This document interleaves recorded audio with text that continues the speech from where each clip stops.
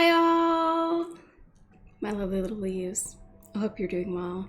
My name is Evil, Unholy Forest God of the Void, and welcome to Stillwater, the the mystery visual novel detective game that I have been saying that we were going to play some Wednesday, but never quite got around to actually streaming on Wednesday. And now, since Infinity Nikki, this month's release of it, the story has been wrapped up already. Our Mondays are now free, and I decided, why not utilize this to actually start playing Stillwater? Now, again, as I once mentioned, Stillwater, there is apparently two Stillwaters, and this one is the remake of the original Stillwater. I don't know. Also, don't worry, you are not going crazy. That's just me. We are streaming 3 hours earlier than we normally do. No, this is not because this is not because I was playing, I guess in this case, Stillwater, triggered a cutscene and could no longer play it for the weekend, as what was happening last time, literally last week, with the long Infinity Nikki stream that I have still not yet finished editing to put it up as a VOD. We'll get there. I'm sorry. Allergies.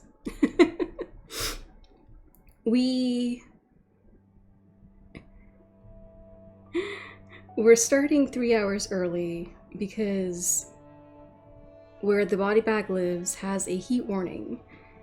We're going to get really hot weather starting this afternoon. So right around the time that I usually end stream. So we're kind of starting early so that it's still cool while I'm streaming. Okay? Okay.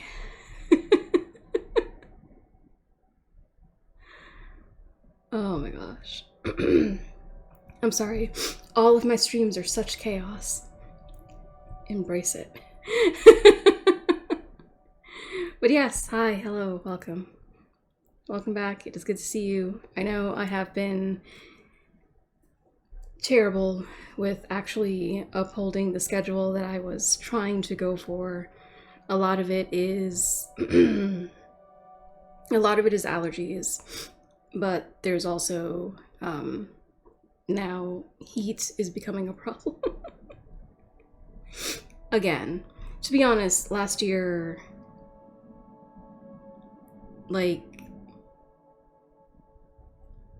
last year's spring and summer had been pretty hot too, and we had a whole bunch of heat waves last summer. So probably, chances are, we'll have them again this year. Who really knows? Can't predict the weather. But that being said, it is possible that because we're entering heat wave season, basically, I may actually start streaming this early just to be able to stream without having to worry so much about the heat. Which is kind of funny. We started streaming like in the afternoon, if you all remember way back. we streamed in the afternoon and we ended stream in the evening. But now we've been streaming in the morning and ending stream in the afternoon. Now we may actually be streaming in the morning and ending stream in the morning. Because it'll be like 9 o'clock when the usual 3 hours of streaming is over. Which is just, it's really funny. But anyway, yeah. So, to beat the heat, we're streaming now. I apologize for the absolute chaos that this causes. But to be fair, if there were not chaos, would it actually be an S and Evil stream? Sorry. Right. Okay. So, let us actually start with the game. So, on Steam, this is referred to as a short visual novel where a private investigator gets reeled into a murky mystery, entangled in lies, secrets, and a family curse. So, let us see what mystery and stuff is actually... Do we need...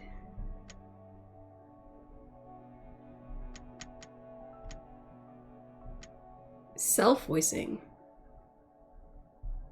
Self-voicing enabled. Oh. Self-voicing disabled. Okay, that... Sure.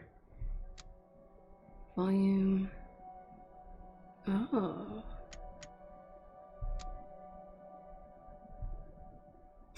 I did not.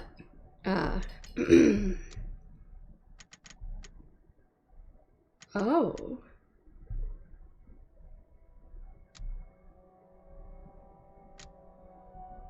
Ah.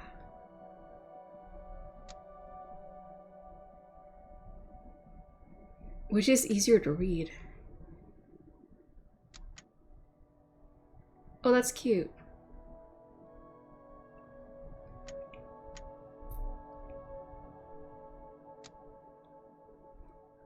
I guess we'll stick with this. I don't know.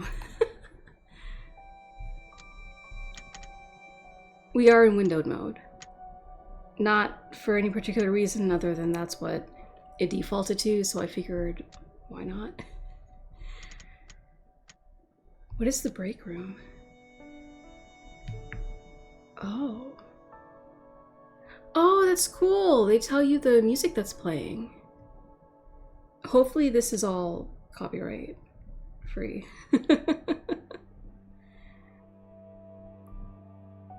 Well, either way, these are all the songs apparently that are here. Very cool. Ah. Oh, that's so cute. Right, okay. Let us just start the game. This is a work of fiction. The resemblance to any real-life people is purely coincidental. This game contains depictions of horror, mature themes, violence, and strong language. So, on Twitch at least, because we can't really do this on YouTube when it goes up there, on Twitch at least, we do have the mature filter on. I didn't know exactly what to put, but I figured violence would be probably wise, because it is something of a murder mystery, I think. So, probably. Anyway. Oh, where it all begins. Played Stillwater for the first time. Achievement, yay. Caretaker, I'm sorry, but I can't stay here anymore, Nina. Oh. I feel like I'm going crazy. Calm down. If we can just talk it out. So many strange things keep happening one after another. Every day there is this damn dripping sound. Oh. I thought it was just something leaking at first, but I check every faucet, every ceiling, everything. And still I hear it everywhere, constantly echoing in my ears. That drives you crazy. Please, listen to me. Oh, but the water. That damn water. Water? Still water. Yes, it's everywhere. Pools of it are all over the house, and every time I try to mop it all up, another will appear. There's no end to it. Ah, but it's at night. It's at night when it comes. What are you talking about? I hear someone or something walking along the hallways at night. Oh, that's creepy. Maybe it's just my grandfather. What? No, Nina, it's not him. I thought it was, but it's not. But I've seen it! That thing! What? I only glimpsed at it once. But I'm more than certain. That thing was not your grandfather. Ever since that night, I would lock my door and pray it would walk past my room.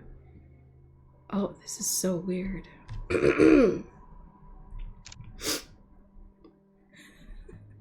That looks like a face.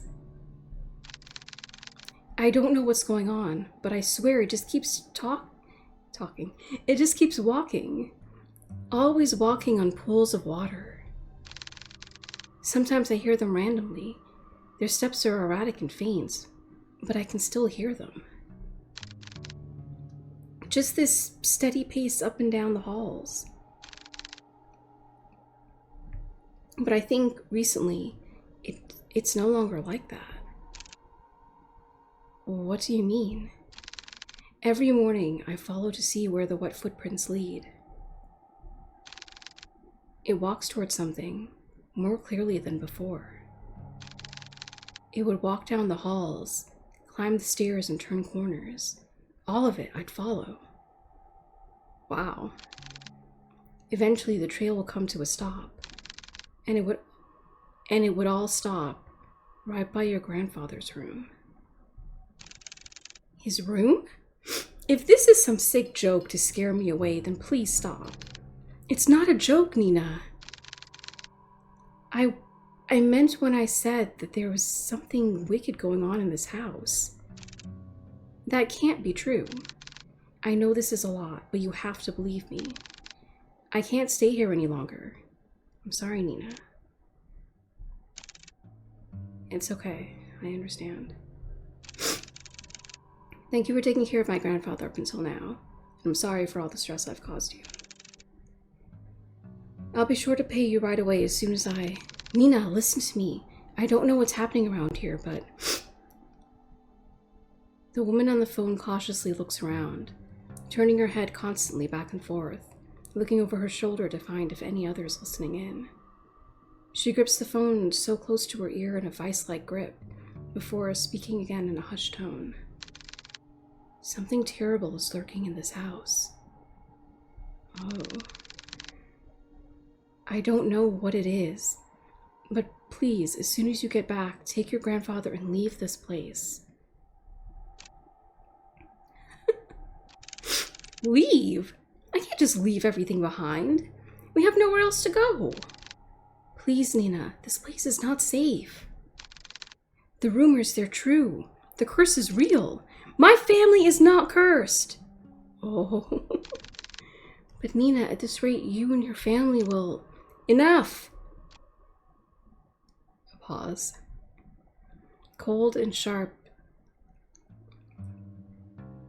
Tenseness? Huh.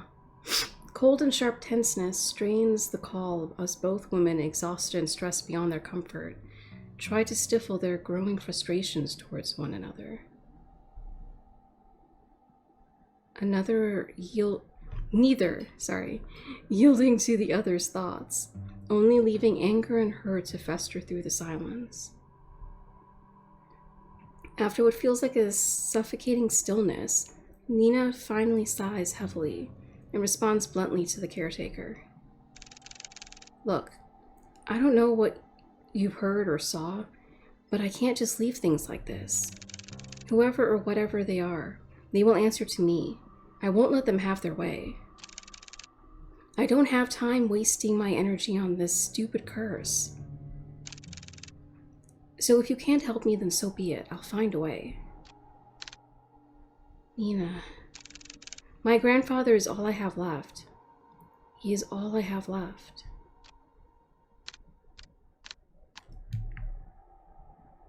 Oh my gosh.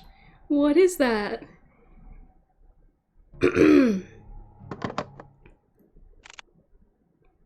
Dinner. Diner? Diner. 7 a.m. Amid Amid a foggy morning, there sits a man by the corner of a booth. He drinks black coffee and, depending on his mood, occasionally orders a donut. Yum. And today, it was just black coffee. Cute detective! Seriously, he looks so much like... Again, some of you may remember me saying that the reason why I suddenly decided to play this game is because in the promotional art, this guy is featured, and he looks so much like Cute Detective from Millionaire Detective Balance Unlimited, the anime. Manga? Both, I guess, technically. Because, like, obviously, Cute Detective is the main character, and he's sort of featured in both. Or not the main character, but one of the main characters. Anyway. Oh, he's so adorably grumpy. Apparently his name is Hugo. Ugh. I swear I've never seen that amount of paperwork in my life. A freaking mountain worth of it. You're a valuable member of our team, Hugo. My foot. I'm starting to believe that I was bamboozled into joining their agency.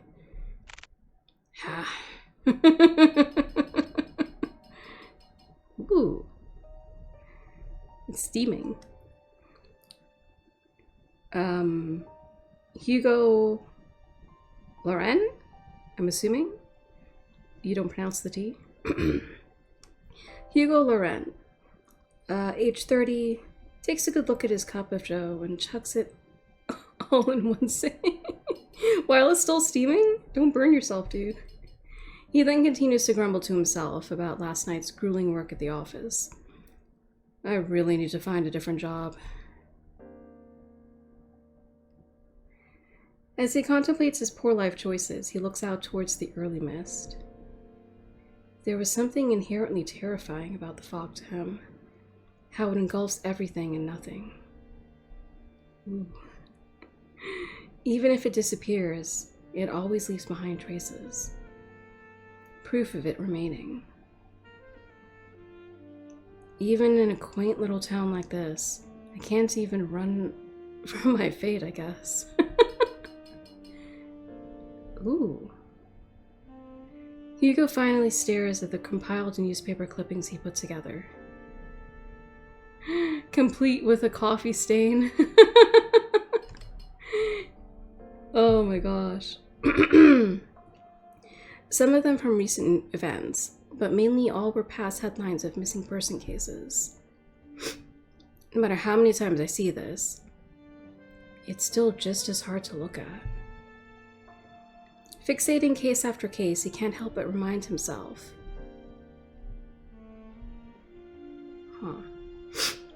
That there is a reason for all of this.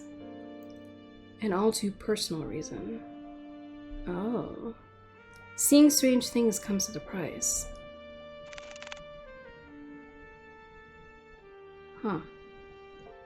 In the end, I'm the one doing this to myself. Bro. Oh, that's interesting. Helpful, too. Sounds rough. Mind if I join? Kuya?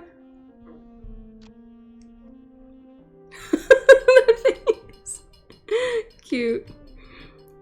An annoyingly familiar voice interrupts his train of thought. He slowly looks up to see the one responsible, although reluctantly. Oh my gosh, he's huge. He's so tall. Good morning, Hugo. Hugo scowls and turns away from him. He then gathers the files and shoves it in the back and shoves it back into the binder. Wow, I cannot read. I apologize. Meanwhile, the tall man takes this as an initiative and sits at the opposite end of the booth. Oh, he's one of those personalities.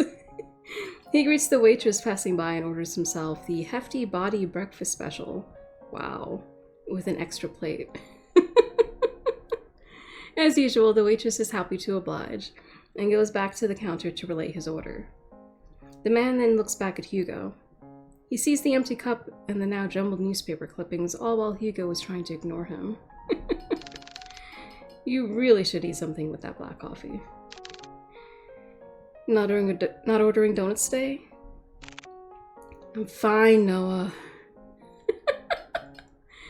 Oh, okay. Hugo and Noah. I'm just not in the mood, okay? Not even a little? I like that they're color-coded, too. Green and blue. Also, I just realized green. Me and Cute Detective are vibing. Cute Detective 2? Whatever. There's a momentary silence between them before Noah disturbs it once more. Well, too bad for you. I ordered a big breakfast for the two of us.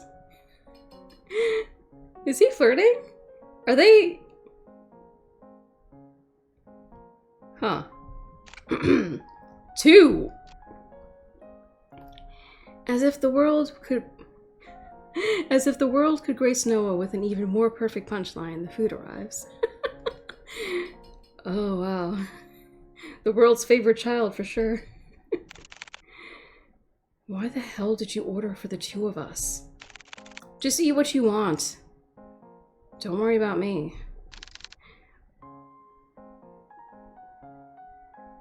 Oh, is this another language? Interesting, they tell you how to pronounce it, but not what it means. Wild.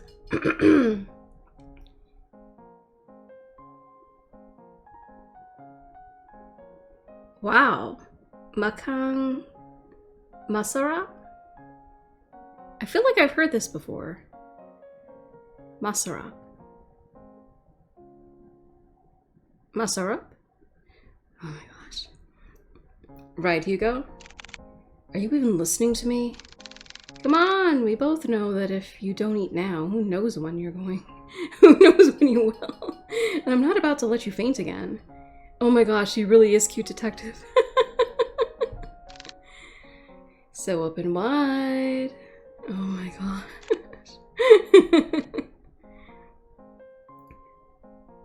Noah de Leon. Age 27. Oh, so he's younger. A natural-born charmer. Is also the only person in the world who lovingly threatens him to eat every day. Oh my gosh, they are a ship. I love this.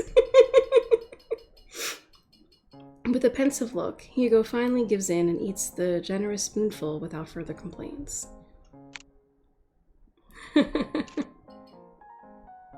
It's good.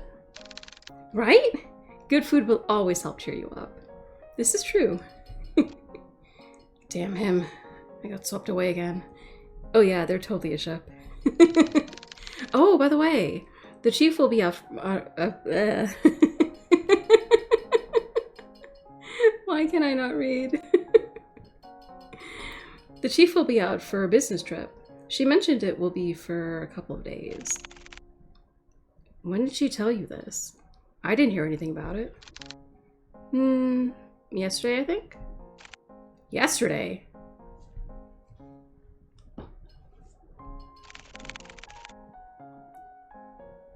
She told me some sort of... Oh, she told me to sort out the business... the business cabinets, yes. Oh my gosh. She told me to sort out the cabinets yesterday. She didn't mention anything about a business trip. I guess it was a pretty sudden one. Well, I mean, she did tell me to tell you. And look at me, I know where you go every morning. Because that's totally not creepy. It's just flirty. You know what? I'm not surprised anymore. Well, what do you want to do? We technically have the day off. Do we?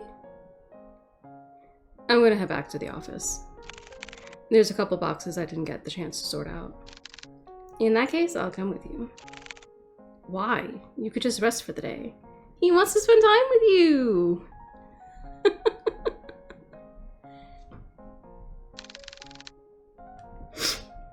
And pass up this opportunity to get to know you better? Kuya. Quit it! After their enlightening banter, the two of them finish their breakfast, pay for their meals, and head to Hugo's car. Ooh. As Noah opens the door to the passenger seat, he notices a bloodhound sleeping inside. Oh, cute. Oh, isn't this the dog that's featured in, like, their logo? The devs? The big dog stirs at the sound of the car door opening and lazily stares at Noah. Ah, I'm sorry, big guy. He then closes the door while trying not to make too much noise to disturb its occupant. Colby. At the sound of his name, the heavy-lidded eyes slowly peek to see who calls for him. Sure, that was so slow. It is his one and only partner, his human. Oh, cute. As if finally realizing who he is, or where he is, the old bloodhound stirs up from his sleep, pounces at Hugo, and proceeds to wag his tail uncontrollably. Aw, that's adorable. I appreciate that they bark for the dog, so I don't have to try and bark.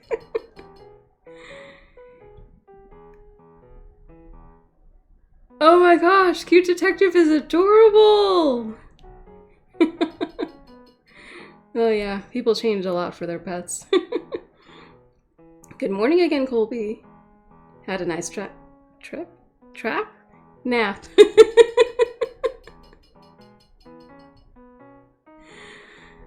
Oh my gosh. You know what? I think it's just too early in the morning. I'm so sorry. Give me a second, I need to hydrate real quick. If you're watching, please hydrate as well. 1 second. Okay, I'm back.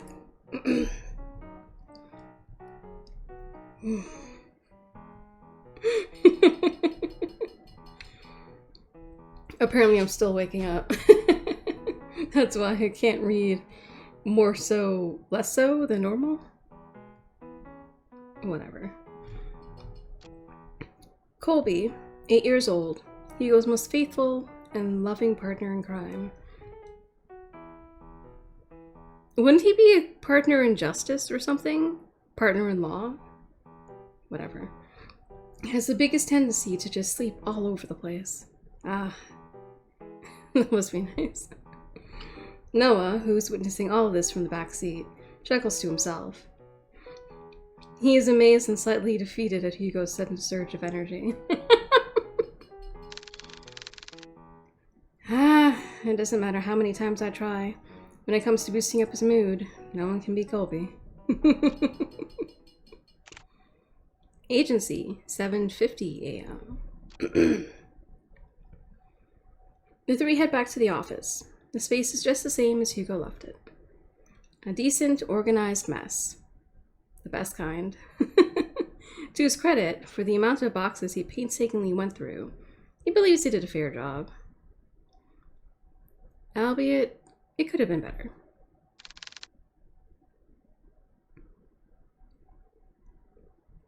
Wow. You really outdid yourself, Hugo. It looks less crowded. Ah, shut it, will you? I said I was going to get to it. Thanks, boy. Aw. Before Hugo could continue to give deserved head pats, he notices someone. A woman stands timidly peering outside from the storefront. She looks a bit frantic, and even more restless with her disheveled and ill-fitting clothes, drawing emphasis to her already too visible petite frame. Interesting that they close up on him instead of, like, showing us this girl, apparently. The woman tries to grasp the door handle several times, but stops before she could touch it. Her brows furrow, agitated and distressed about something. So much to the point it is preventing her from just simply reaching out for help. However, when she finally makes eye contact with Hugo, she immediately rushes in. Wow. Honestly, it's messy, but I like her hair. I'm so sorry. I know that the closed sign is up, but I saw you come in and Are you alright, miss? I need your help. My grandfather, Before she can continue explaining, Noah swiftly cuts in front of Hugo and intervenes. In all too practiced manner. Whoa. Oh my gosh, he's so tall. That face. It's okay, miss. We'll hear what you have to say. So please, why don't you go sit right over there? Noah gestures to one of the empty seats at the other side of the office. The poor woman hesitates for a moment. She clutches desperately to the strap of her purse, her eyes focusing apprehensively on them and at the gestured seat. After mulling over Noah's offer, she quickly glances back and nods. The woman then walks towards the corner of the room and sits at the edge of the sofa. Her posture is weary and tense, giving no sign of comfort for even this brief moment of peace. Can you start off by telling us your name? I apologize for earlier. I'm usually a bit more composed than this, but I guess I'm failing at that too. My name is Nina Mortimer. Huh. Okay, so she's the lady that was talking to the caretaker on the phone earlier. Ah, hello, Miss Nina. My name is Noah DeLon. DeLon. Yes, Noah DeLon. My name is Noah de Leon. I am one of the assistants here. Oh, okay.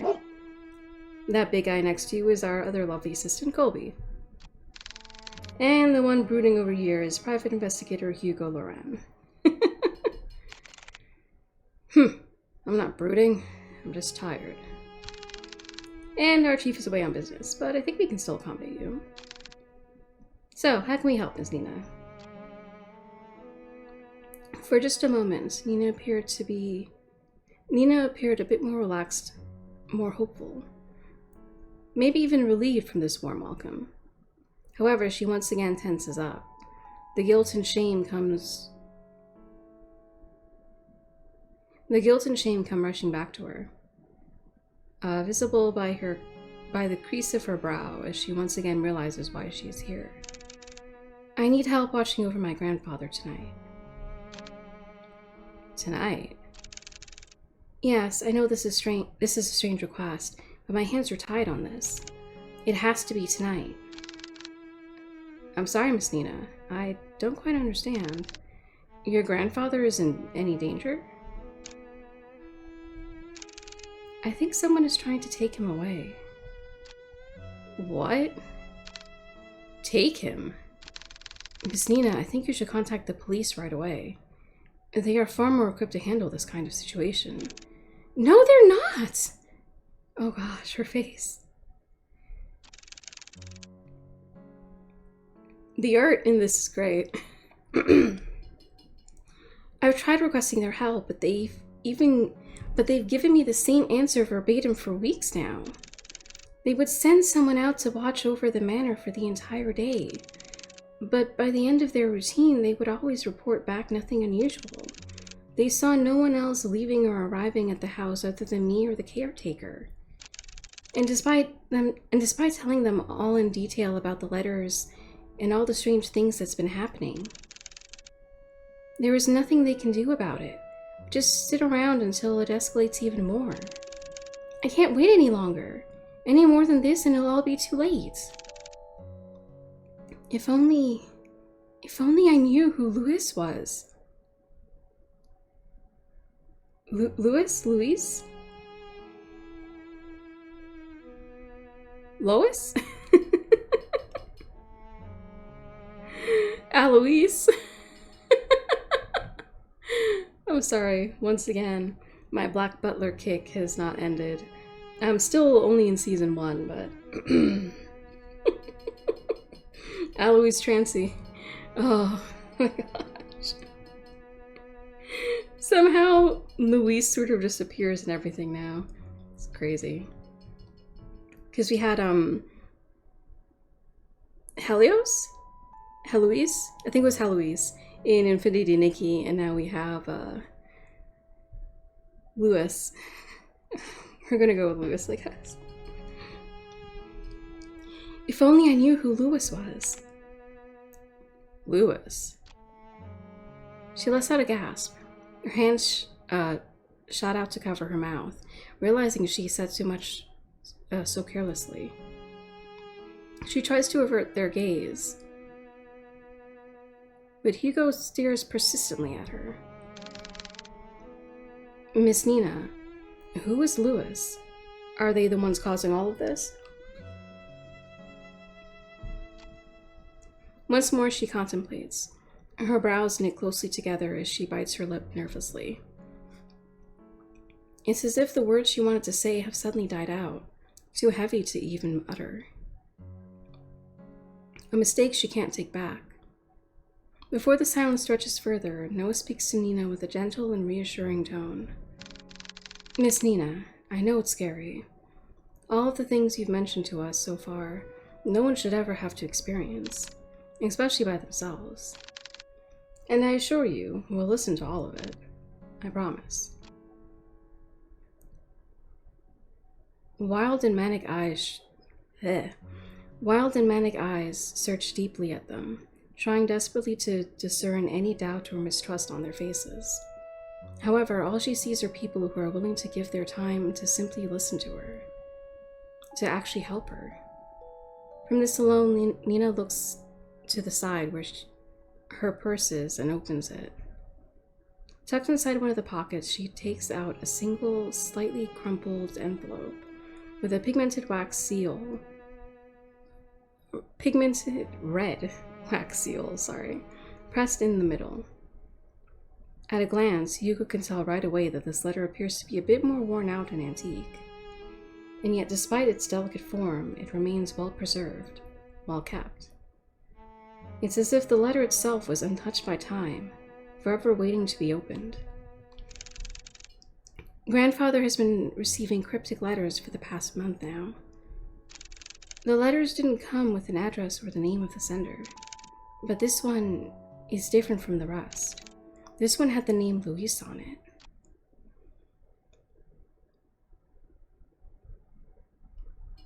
Huh. As she hands over the letter, Hugo notices her hand slightly shaking. Nina is still avoiding his gaze, but he knows she is trying in earnest. But before he could reach out his hand, he senses it.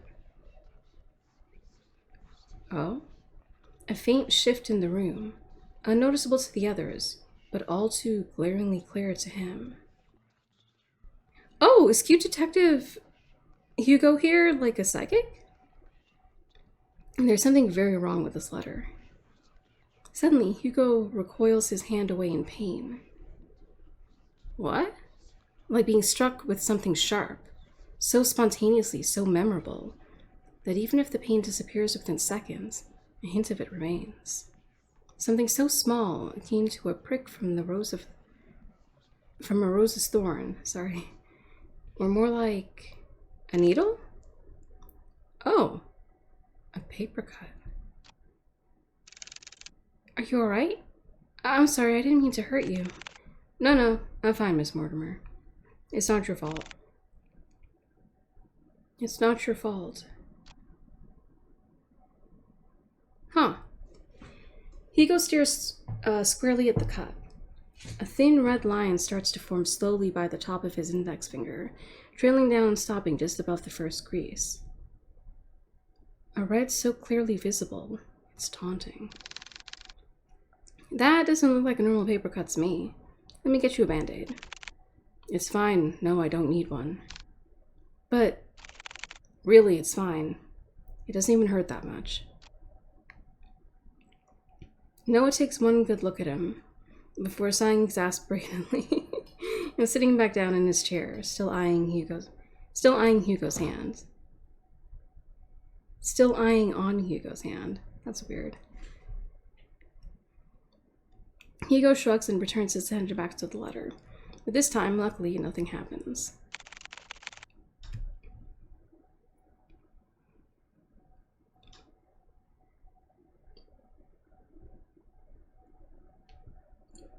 Sorry, had to stretch. For it to reach all the way out here, with just a letter alone is truly terrifying. Carefully, he removes the contents of the envelope and unfolds it. At first, it looks like any other normal written message.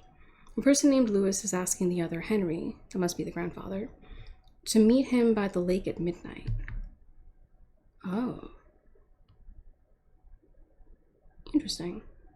Needing to share something important with him. However, what's eerily striking about this is not the letter itself. Peering at the bottom of the page, a message scrawled, unlike the rest, stands visibly out to Hugo. A message that shouldn't be there. Oh. Remember our promise, Henry. When did you receive this letter? Yesterday. And your grandfather, where is he right now? He is currently back at the house with the caretaker. I promised him I wouldn't be out here for too long. I made an agreement with him, you see.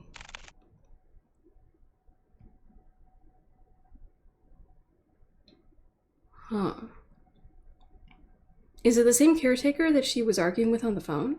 Who wanted to leave? Oh? What sort of agreement? The caretaker we have now agreed to watch over my grandfather, but only during the day. Before nightfall, they would leave exactly at the same time.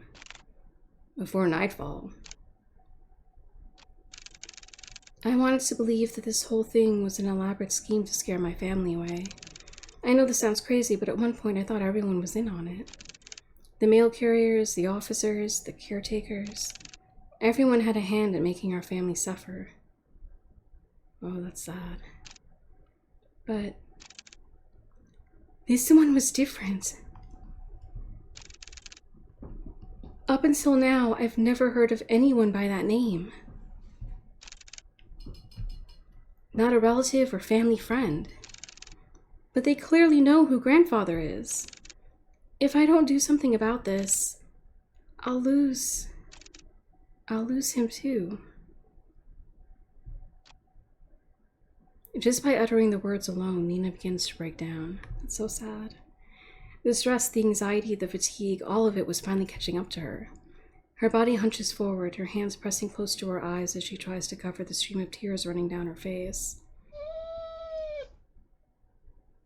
Oh, I think that was the dog.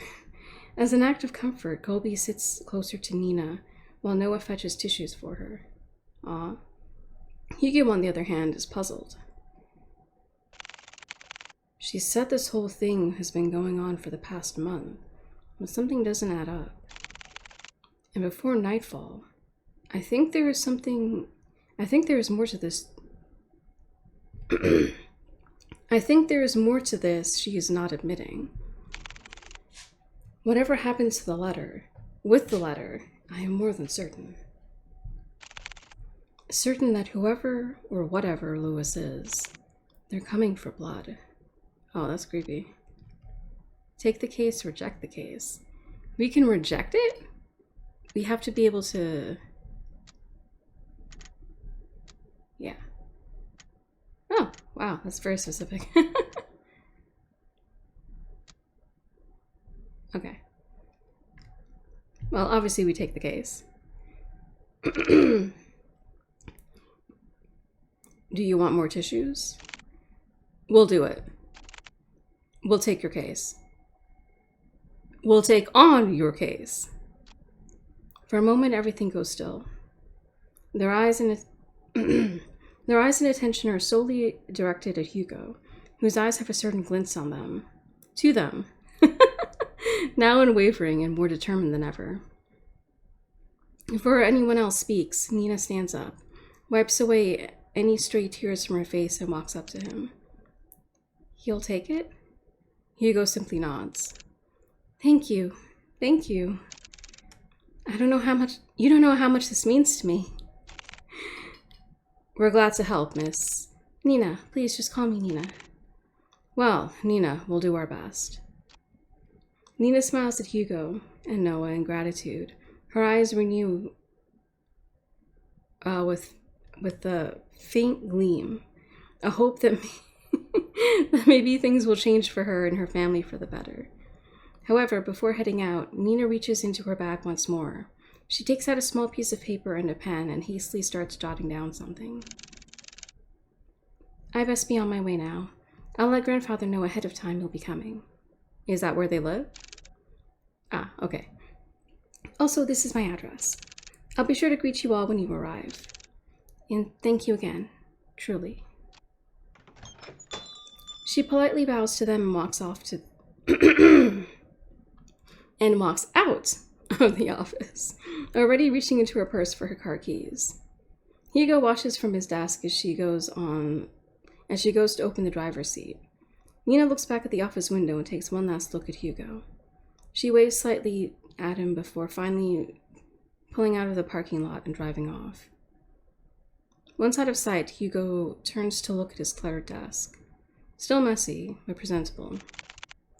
I guess I'll have to sort these out later. Again. Oh. Oh, I did not read that. Wait.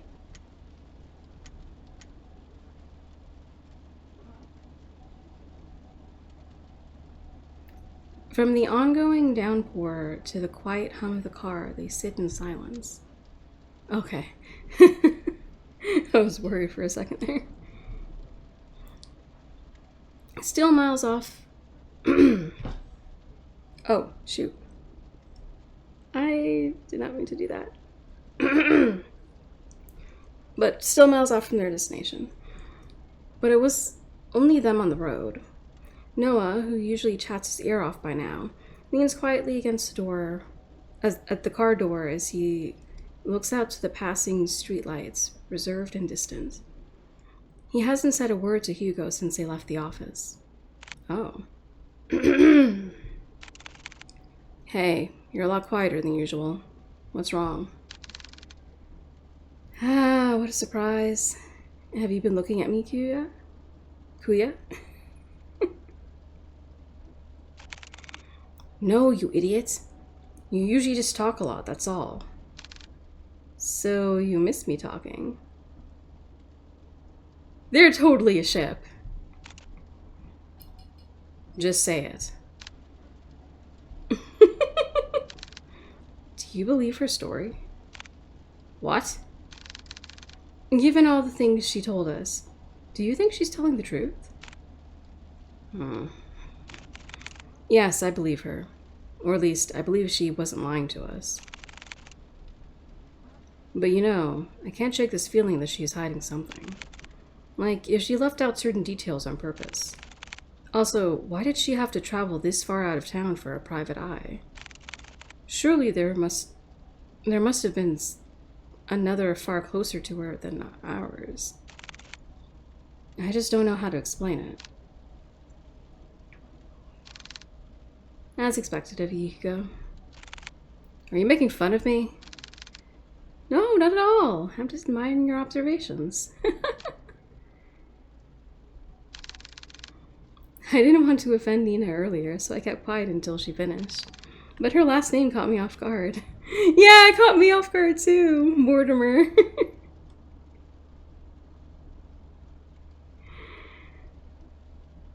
I think, in all honesty, the reason why Mortimer catches me off guard is because, one, it reminds me of Moriarty from Sherlock Holmes, for, like, just in case. But also because it reminds me of Mortimer Goth from Sims 4. It's really weird.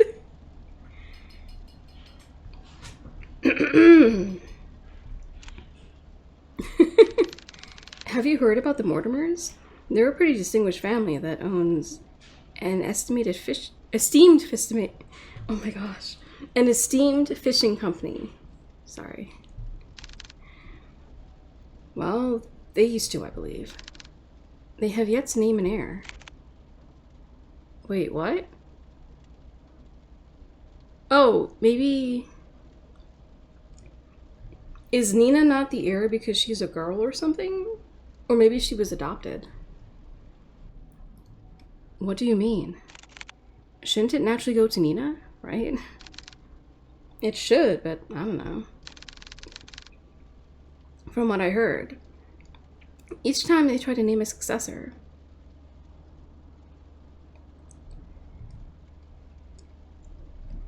that relative mysteriously disappears. What? Gone without a trace, or so anyone thought. Their bodies would soon turn up months after. Whoa. And you know what's strange? All of them have been labeled... Wow. All of them have been labeled accidents by local news. No foul play, just another unfortunate loss for the family.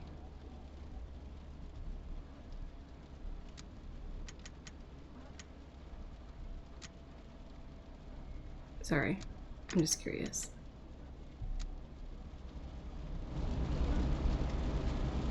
Oh.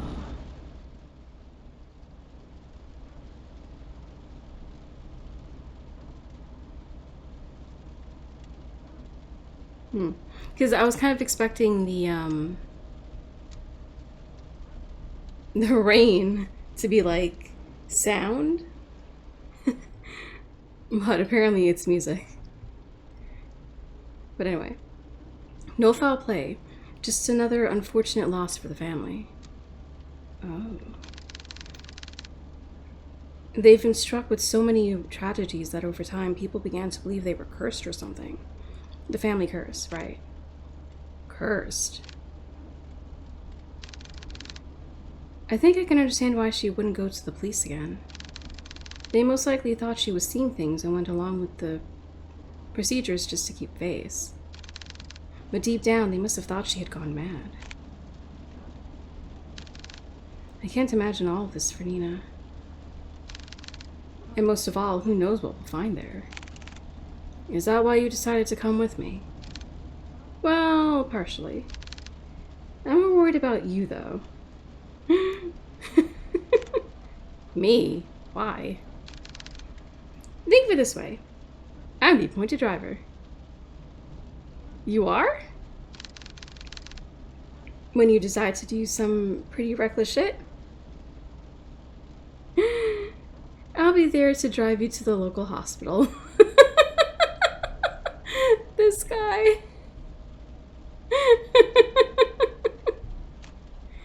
Ugh. Besides, two is better than one. Exactly. I was fine with Colby coming with me. Oh, the dog always wins. Well, have you heard that 3 is better than 2? Oh, the writing in this is good. I like it. Ugh. Mortimer Estates. 6 p.m. Wow, this is like 12 hours later. Passing through countless dirt roads and steep cliffs, the estate can finally be seen beyond the evergreen. Ooh. Nestled away from prying eyes, it stands tall, magnificent, and classic. Truly a rarity only afforded to the privileged. And yet, with all of its opulence, it looms from a distance. Hugo and Noah could only gaze at the sheer scale of the manor. Its grand stature topples easily over the dozens of houses they drove past. Wow, look at the size of it. I could never imagine seeing a house like this in person. It's almost too surreal. Come on, she's waiting for us. Immediately after exiting the driver's seat, whoa, a sudden sharp pain weighs heavy on Hugo's chest. Dude, is he, like, does he have a sixth sense kind of thing, or what? Grasping tightly at his coat, he begins to gasp for air. His vision, hazes as he leans close to the car, trying desperately to ground himself. Whoa. Like a fish drawn out of the sea, he desperately heaves. The air in his lungs, escaping too quickly, burns as he feels his throat start to strain, drawing tighter the more he breathes. But this pain pales in comparison to a feeling far more excruciating.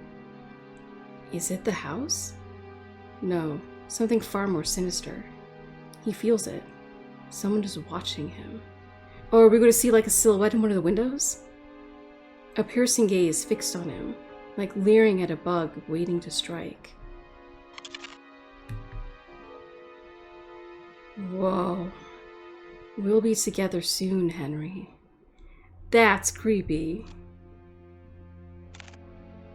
What the hell? Damn it already?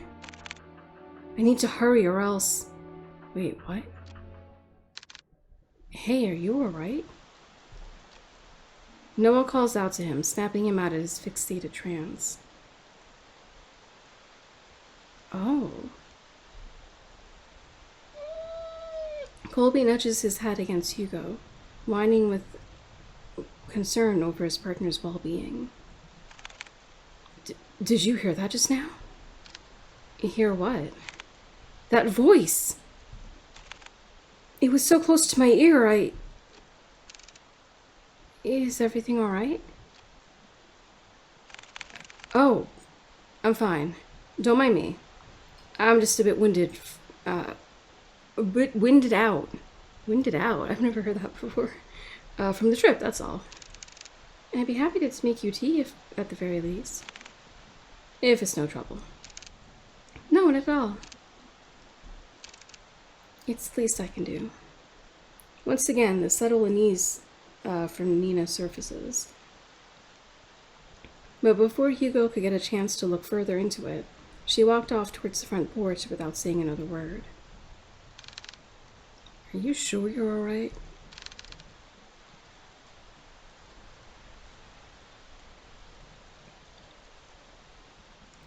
You sounded like you were choking earlier. I said I'm fine. Besides, we're already here. We can't back out now. Listen to me. I think you should... Noah abruptly cuts his lecture short as he notices Nina stopping by the front door. She stands by the door silently, contemplating something. It's just like before, but this time she seems even more anxious. Whatever unease she tried to mask earlier became more apparent the minute they walked closer to the front door. Oh. I haven't been quite honest with you, Detective. Is her grandfather already dead? Just like before, as if carefully choosing her next words, she decides that in this situation, words are not enough. You'll see for yourselves what I mean. What? And with that, Nina enters the house, leaving the three to follow behind. Hugo is about to enter through the foyer when he feels a tug at his arm. Don't forget what I told you. If something happens, let me know right away. You're so cute. You'll be the first to know. And with that, Noah releases his grip on Hugo. They proceed to head in, not knowing what awaits them beyond the door. Greeted with a brightly lit hallway, Hugo notes immediately that the interior is just as grand. Adorned with floral accents and antique furnishings, the house itself exudes the word elegance. A classic and rustic charm with the walls and floors made from the finest wood. Hugo can't help but gape when he walked in.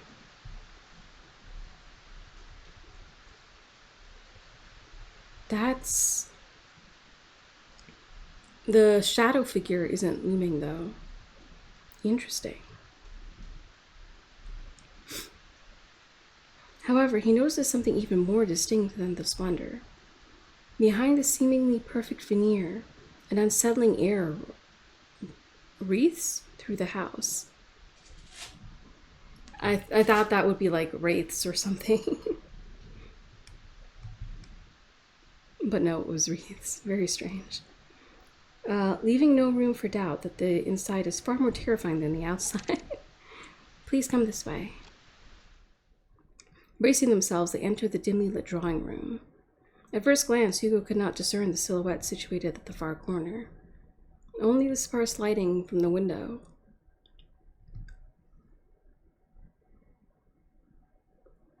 Sorry, yawn. Only the sparse lighting from the window pierces through a fraction of the room's darkness. However, as they approach closer to the silhouette, Hugo now understands the reason for all of Nina's unsettling vagueness. Grandfather, we have guests.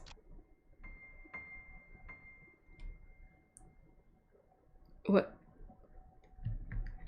I was gonna say, I thought maybe it was just because we were looking at them from behind, from the side, or whatever. Because, like, the framing makes it very obvious that that's supposed to be the grandfather, but, like, even from, like, the distant shot that we got, the guy looked young. Especially with, like, the dark hair. It's like, if it was the grandfather, you would expect it to have gray hair, but no. And now, what is this? Sitting on the armchair is a very young man, not much older than Noah or Hugo. I flipped them, sorry. He is dressed modestly and shares none of the imposing presence of the manor. Huh. Interesting. Or rather, such luxury does not even remotely reflect on the man before them at all.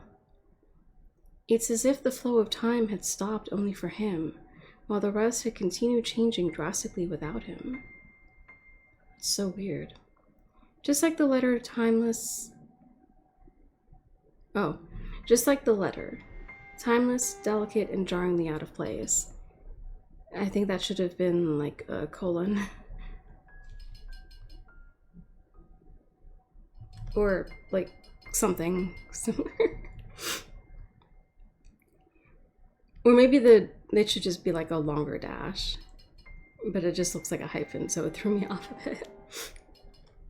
Staring only at the window, the young man sits there dazed with little acknowledgement of the people around him. So wait, is he immortal or something? And like the curse is either immortality or it's like a revenge thing where in order to get immortality, he did something bad and the curse is to get revenge for that bad thing or something? Oh gosh. Still, motionless, like a doll. Ooh. Grandpa, these are the people I spoke of. This is Detective Loren and his two assistants, Colby and Noah. They're going to help us. Oh, okay, he's Henry. Same blue as the shirt. Even though his eyes are like toxic green. Somehow, even the sclera. That's freaky. Even after introducing them to the head of the Mortimer estate, Hugo and Noah could not help but feel unnerved. The man before them is supposed to be frail and older than any of them. And yet, here he remains, forever unchanging, forever young. They've come a long way, so I'll be making some tea. Would you like some as well, Grandpa? He does not reply back, nor does he glance at Nina or anyone else in the room. Only fixes his gaze on the rain, nothing else. Weird. I'll be sure to make a cup for you too. She then timidly gestures to Hugo and Noah back to the foyer. Bearing more questions, the two follow Nina outside. But before they leave the drawing room, Hugo takes one last look at the young man. There is an all too familiar air about Henry Mortimer. His eyes, they're similar to his own. Because they're both green? However, whatever he must be longing for, Hugo knows it will never end well. Oh, it might be then that he's talking about them both longing for something? Strange. Nina, that man. Yes, he's my grandfather. The one I asked you all to watch over. I know this is hard to believe, but...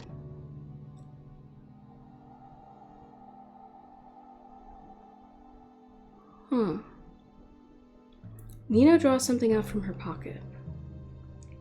It's an old picture of a handsome man with slicked back hair, wearing the finest of suits. Oh.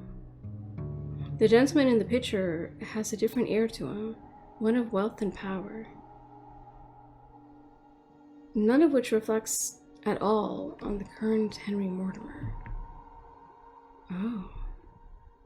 It's almost as if looking at two different people. This isn't much to go by, but believe me, they are the same person. Then why does he look so young? It happened a few nights ago. Only a few nights? What? I was on my way to get a cup of water when I heard a loud thud coming from my grandfather's room. I was worried that something fell over, so I went to check. When I opened the door, I found him collapsed on the ground. Whoa. I rushed to help him up, but when I did, he looked so different. He wore the same clothes that my grandpa wore that night. Sorry. And his face! I recognized his face! He looked younger. So many things were rushing through my head at that moment, and yet I knew he felt familiar to me. I know it sounds bizarre the more I talk about it, but that's what happened. Huh.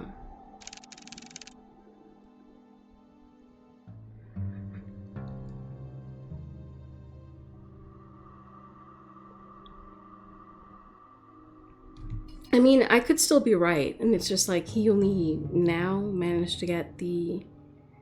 But like, that would be not just immortality, but de-aging as well.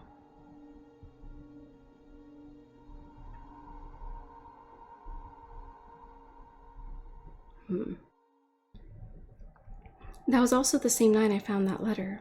It was next to him, already opened. I'm sorry again for all of this. No matter who I went to, they either said something was wrong with me and my family. With everything going on, maybe they're right. The pools of water, the letters, Lewis, and now this. I've been ignoring the signs for many years and just blindly hoping things get better if I try finding solutions on my own. But it's not enough anymore. Maybe my family is really cursed. No, they're not. Curses aren't real. Detective?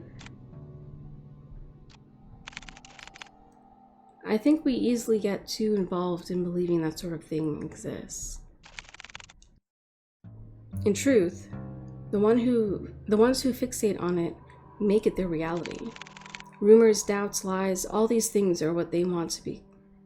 All of these things are what they want to become real. Deep-rooted emotions like that can't possibly...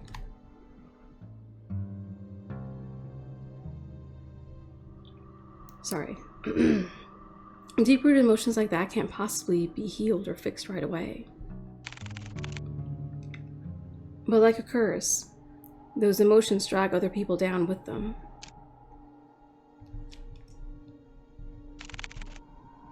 Personally, I think you were caught up in all of this.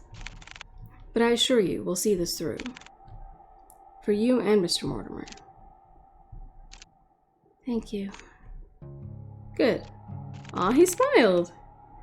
Now, our first priority is to find out more about Lewis. Nina, the letter you showed us back at the agency. Do you have it with you? Yes. Here it is.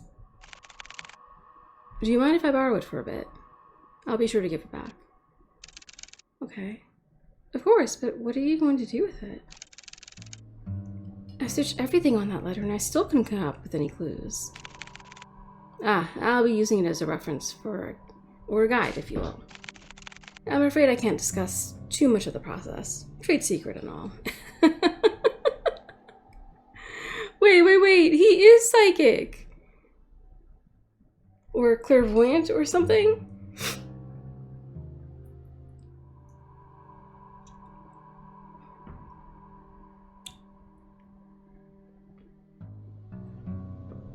That's crazy. Of course. I'll go check upstairs. Noah, you and Colby check the ground floor. Oh, you're actually letting him go with Colby. That's so cute. Got it. Before they leave to do their own investigations, Hugo grabs a hold of Noah's shoulder. He leans in close enough for Nina to not hear. Keep a close eye on her. Keep a close eye on Mr. Mortimer and Nina. Especially Nina. Oh. Okay. I don't want her to be dragged any more than she already is. Maybe I should try...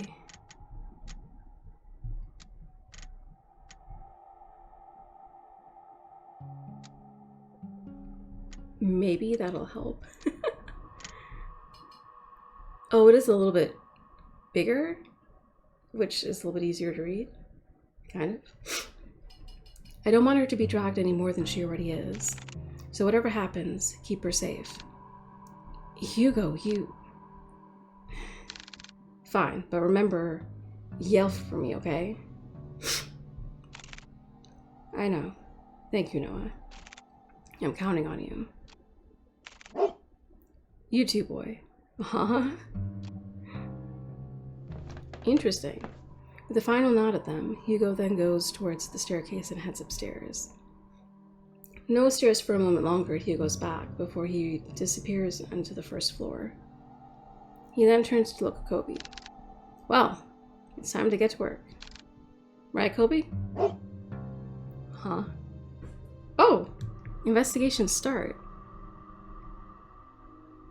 The objective is to look around the area for objects to precede the story. Okay. Use the arrow keys. Oh! Arrow keys. Use the arrows or the arrow keys to move to a different area. Okay. Outlines will appear on a clickable object. On the top right is the hint button. Click it will highlight... Oh, I think that's supposed to be clicking it. Will highlight an object you missed. Ooh. Aww.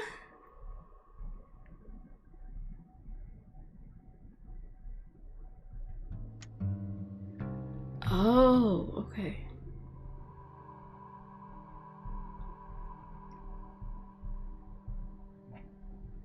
Okay. Mr. Mortimer still sits motionless by the corner of the room, his gaze never leaving the rain. Okay. Oh, I see. Oh, that's kind of trippy.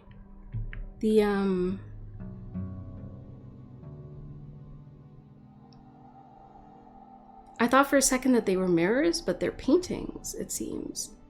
Why are they all covered like this?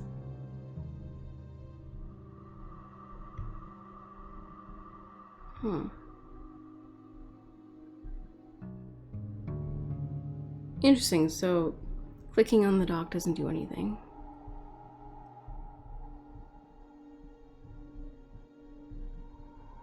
And it doesn't seem we can click anything here. Oh, now we can... A delicate arrangement of violets, and white roses. They seem to be fresh and fairly new. An old rotary telephone. It looks like it's still in good use. Nice. These things are so cool. A large bookshelf stands close to the entryway. It contains a couple of photo albums and a few phone books.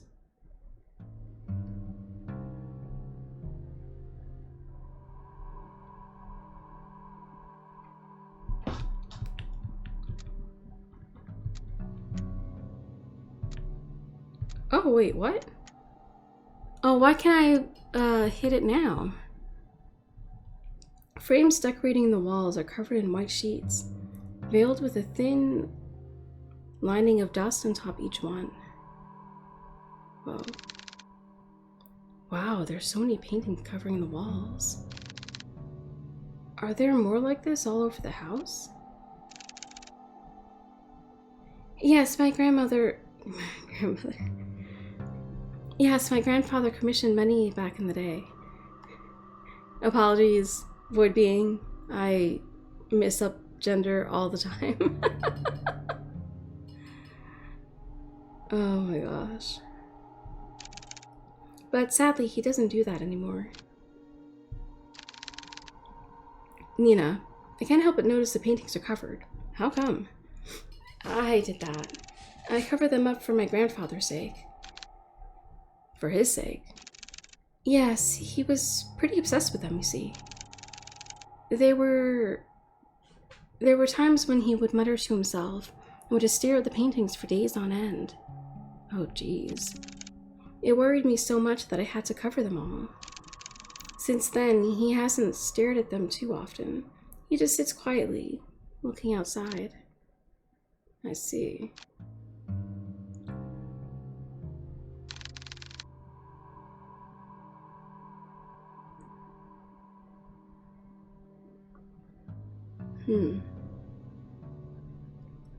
About the paintings, I also noticed they all have a similar theme. That's true, they kind of look like landscapes.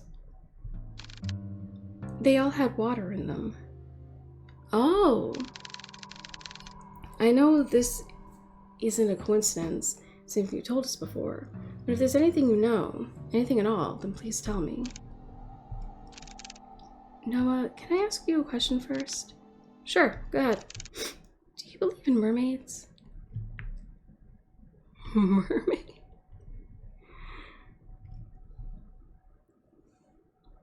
I think that's code for hydrate. I'll be right back. If you're watching, please remember to hydrate as well. Give me a second. Okay, I'm back. Sorry, I'm drinking honey ginger tea today, so I had to remake the tea, basically. That's why it took a little bit longer than normal. But anyway, do you believe in mermaids? Mermaids? I don't suppose I do. Why? Casting her gaze to the floor, Nina anxiously fidgets and tightly clasps her hands together. She then briefly sighs and continues. Well, there's this story, or rather, more like a fairy tale, that my family has passed down. A fairy tale? Yes, well, it feels like one to me. It was about a fisherman who fell in love with a mermaid. Every day and night, he would go out by the shore to gaze at her beauty. But one day she vanished, leaving him confused and heartbroken. Determined, he would sail many seas for a chance to see her again. Sailing from coast to coast, new lands beyond and back, he would go. Not long after, fortune followed him all throughout his journey and made him one of the wealthiest and most highly respected in his village. However, despite all the wealth he gained, through his travels, he never found the mermaid again. She would only be a dream, nothing more. And that's the end of the story. It doesn't end happily, but I guess there's a lesson behind all of it. I just never understood it. What do you think happened to the mermaid? I know it's an exaggeration, and yet I can't help but wonder. It's hard to say. I just feel bad for both of them. To be honest with you, I'm not a fan of sad endings. Neither am I. If it were me, I would wish the fisherman and the mermaid could see each other again. Only if she likes him back.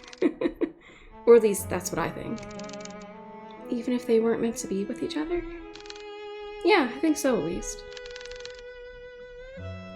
I wouldn't want to imagine going through a journey all by myself. It would be hard being alone. Oh, it's hard being alone, sorry. A journey all by yourself. Mortimer Estate, 11:30 p.m. Ooh. Okay. After searching vigorously through each of the rooms, he knew his findings would eventually lead him here. What? That's it. Hugo walks towards the nearest lampshade and switches it on. Dimly illuminated, he sees the extent of how lavish this part of the house is. From the customized window drapes to the vintage furnishings, everything here exudes that extravagance. But much like the interior Hugo has seen so far, he finds this one in particular reeks of it. Plastered from wall to wall, gloom lingers. It's as if the room itself is moldering? Despite its preserved nature. Huh.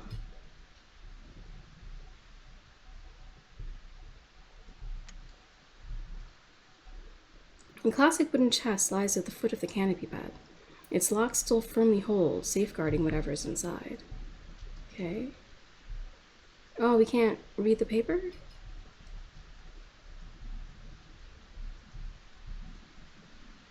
What is this? Can't check the drawers either, apparently.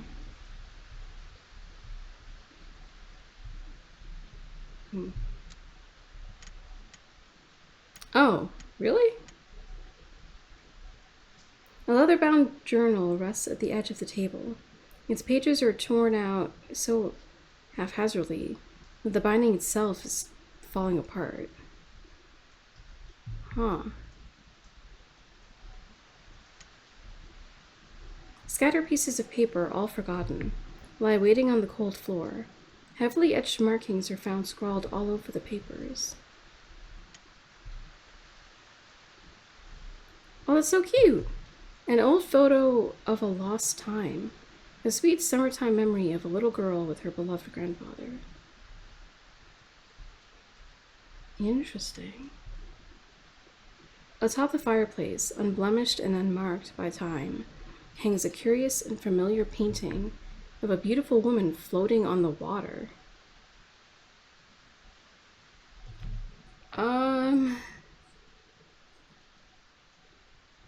Wait, no, we're talking about mermaids, so maybe it's just that?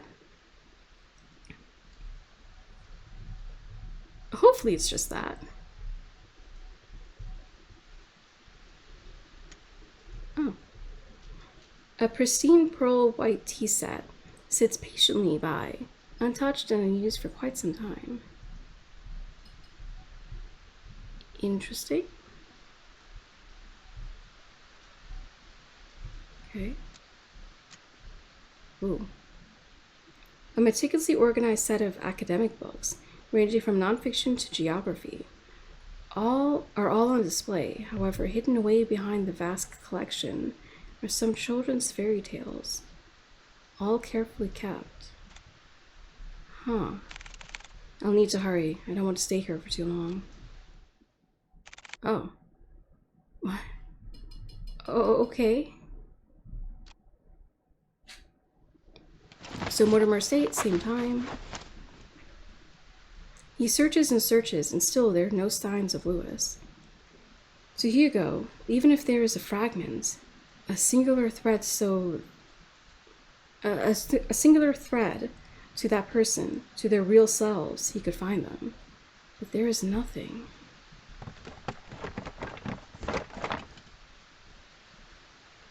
Not one thing pertaining to him. It's as if the thought of Lewis barely exists at all. What's going on? Oh my gosh. I clearly sensed that presence from before, but it's gone again. Damn it, I wish I had more time. Why don't you? No, calm down. It has to be here. I just need to focus. He ponders again, retracing every step and every little detail, hoping that he overlooks something. Yet all he knows is that the one tangible thing that connects them, that tethers so closely to this place, and most of all to Henry, is the letter. Words of promise, of love, all delicately etched onto a page, but tainted with a powerful and dark emotion that has been festering for too long. Tainted. From the very start of all this, Hugo believed that whoever Louis was, they were the ones responsible. He thought he could find them and convince them to stop their haunting for good. Oh, maybe he's a medium then, to bring them peace and to move on. However, that isn't the case anymore. The unnatural force that binds everyone so closely together in this family is not the cause of an angry spirit. No, it's something far more devious than that. He takes the letter out of the envelope. He notices a change within. Bearing no foreboding threat at the bottom of the page, it looks just like a regular letter, or rather, what it once was.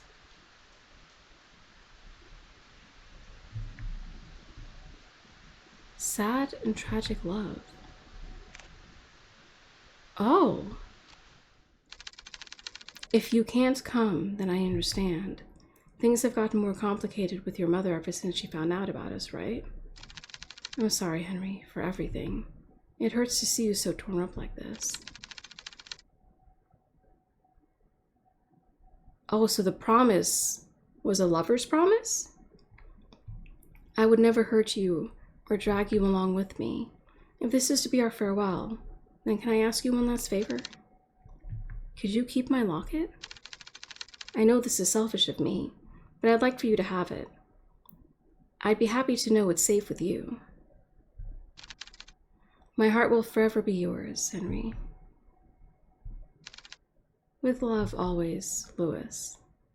Oh! So this is the true letter.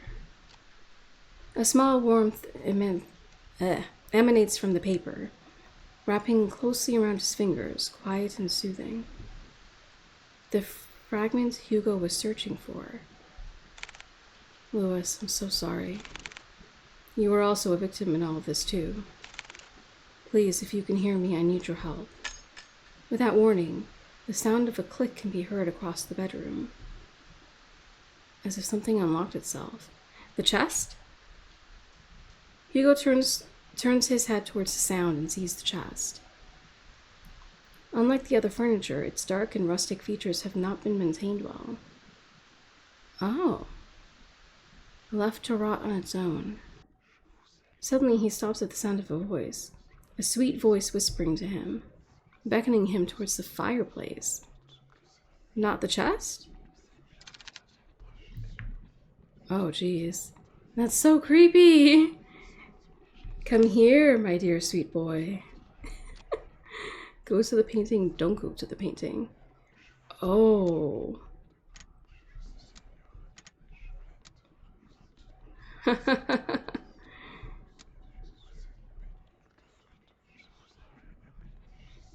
Okay. I'm not sure which to choose. If you have any opinions, feel free to tell me in chat. I'm going to hydrate real quick while I think about which one to choose. Give me a sec. Okay.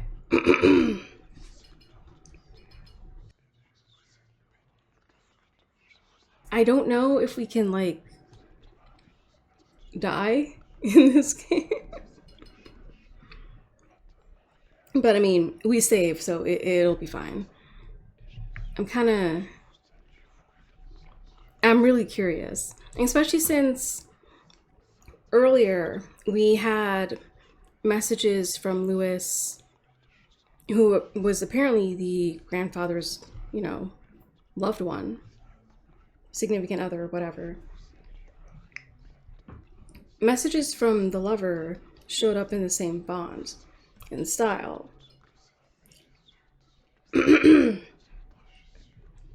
I do feel like this is distracting us from the chest that Lewis just opened, but I'm curious.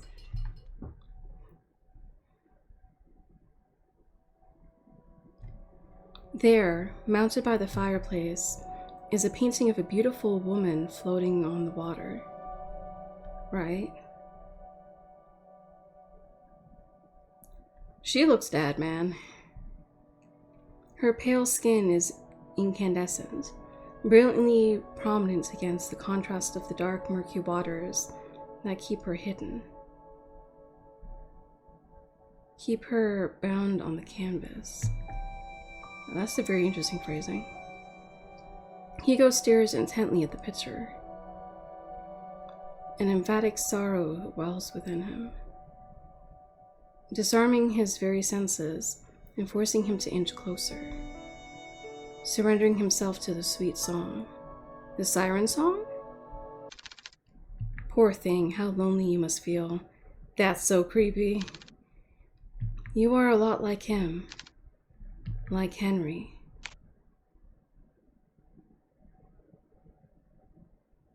It's also interesting, the animation, I guess. Whatever effect this is makes it look like she herself, or the painting itself, is like water. And you're staring at the surface of the water that's like just reflecting this image. Wild. As Hugo approaches closer and closer to the painting, and his mind is screaming to run, he sees it. He can finally see beyond the facade the lady portrays, for what the painting truly is. But don't worry. I can take away that sadness. A deformed creature, a mermaid, floats above the surface, the voice whispers. Large hollow eyes stare back, boring deeply into his eyes. Oh, her skin is melting, bleeding heavily this black ichor as it gushes out from the canvas. Some of it starts to hit not only the floor, but at Hugo as well. The black viscous tar clings persistently onto him, unrelentless as they continue to pile up, and then he feels it. What drew him instinctually to this thing? A deep sense of longing rushes through him, stuffing out what little control he had left. Finally embracing this nature. That kind of looks like a face there. The eye, the nose, mouth. To come home. Take my hand. Without hesitation, Hugo reaches out his hand while his body leans in closer to the mermaid. She grabs and pulls him in. Oh my gosh, that's so freaky. Not once looking back, he dives in and follows after her. Return to nothing. Bad end! Beyond the painting! Approach the painting. I got an achievement! Woohoo! Okay, I don't regret. Oh my gosh. Oh. I knew this was the right answer, but like, I was so curious. I'm glad. No, stay focused, Hugo. I won't let it get to me. Preparing himself, he heads towards the chest and opens it. Inside, scrambled together, are bunches of notebooks and small trinkets. Hugo continues to rummage through when he comes across an old newspaper article. Oh, I thought we were going to find the locket. Young man found dead by the lake. Oh. Is that... An unidentified young man was found on the morning of XXXXXXXX. 3 days prior to his death, according to the police. Oh, that's trippy. Huh. Ruled as a suicide, police have claimed that the troubled youth drowned himself. So is this Lewis? This certainly is a tragic loss. An unfortunate event indeed, XXX comments. No claim of his body has been made yet. Lewis. Okay, so Buzz. By the corner of Hugo's eyes, he spots a bright glint buried beneath the clutter. He reaches for it. The locket? Ah, it is! A locket of brilliant gold shines unblemished, retaining a timeless luster. Oh, so that must be Lewis there. Inside, it safeguards a picture of a young man with glasses, smiling brightly. This must be the locket that he was talking about. It's so pretty. I'm surprised it still shines like this. And this picture. Did he put this here? No, it must have been Henry. But why would he store it away like this? What should I do? Oh.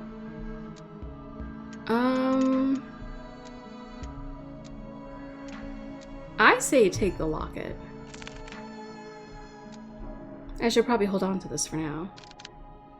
Take it to him, please. Is that Lewis? A gentle but distant plea echoes in Hugo's heart. We gotta take it to the grandfather.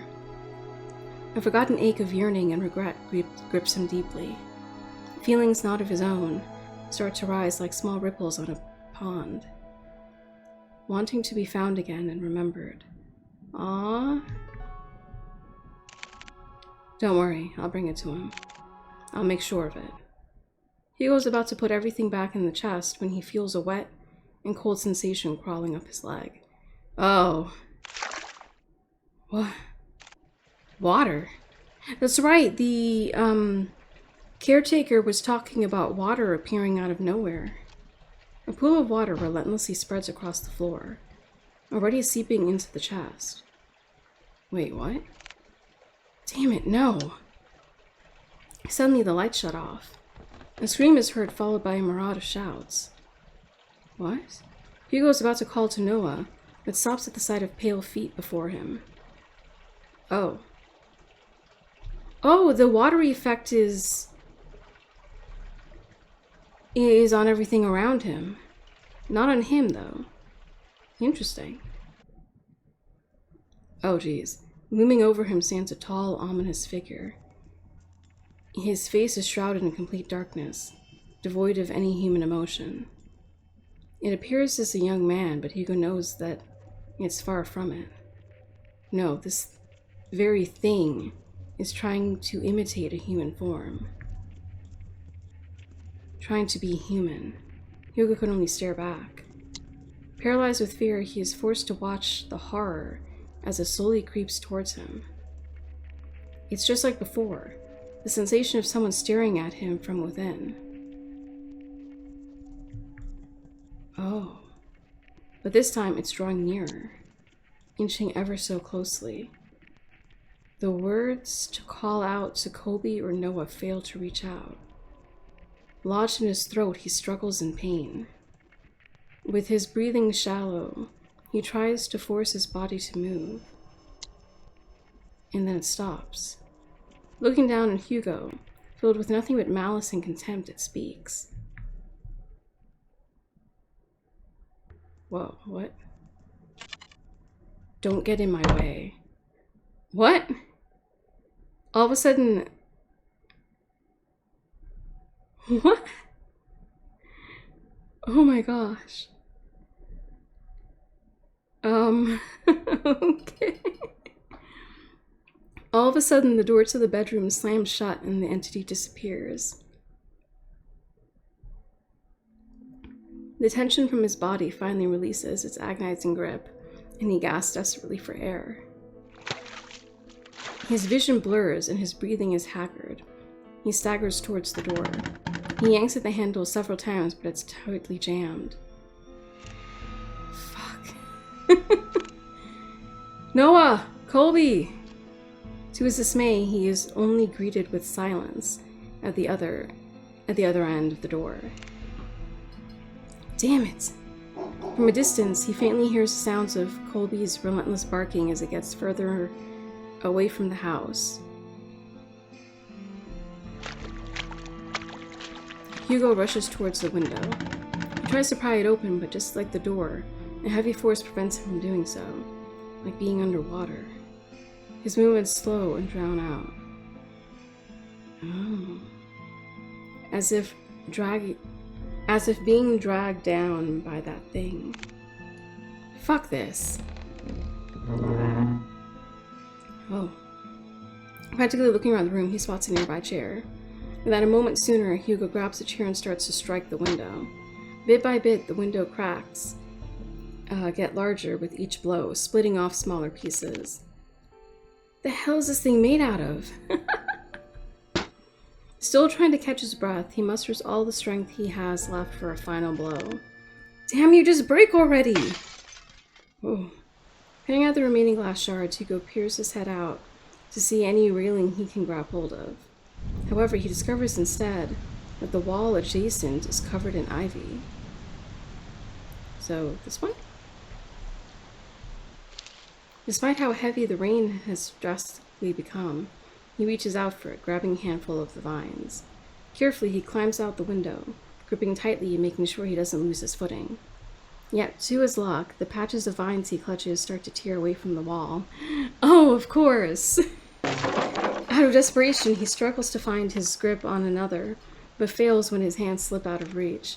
Shit! Ooh! Clamoring wildly as he loses his grip on the ivy, he crash lands down onto a thicket of bushes.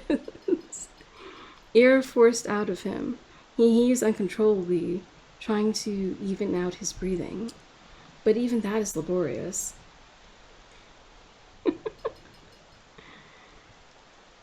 An immense pain spreads across not only his back, but his entire body.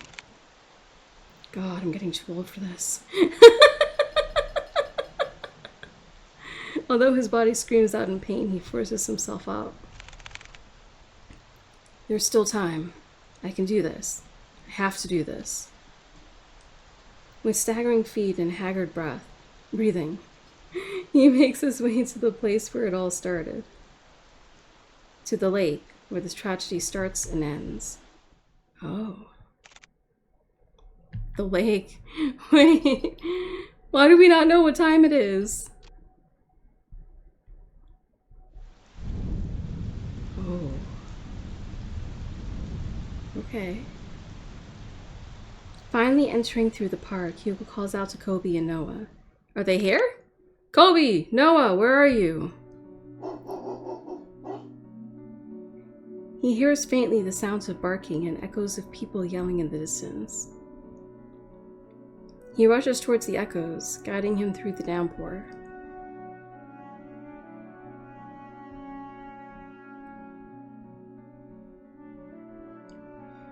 With his heart racing and blood rushing to his head, he finds his way to the lake. Drawing closer, he sees Nina giving chase to her grandfather. Wait, what? Unfortunately, he doesn't get too far as Noah stops her. Grandpa, stop! Grandpa! Let me go! My grandpa, he's... No, Nina. It's dangerous. You can get hurt too. I don't care. I don't want to lose anyone anymore.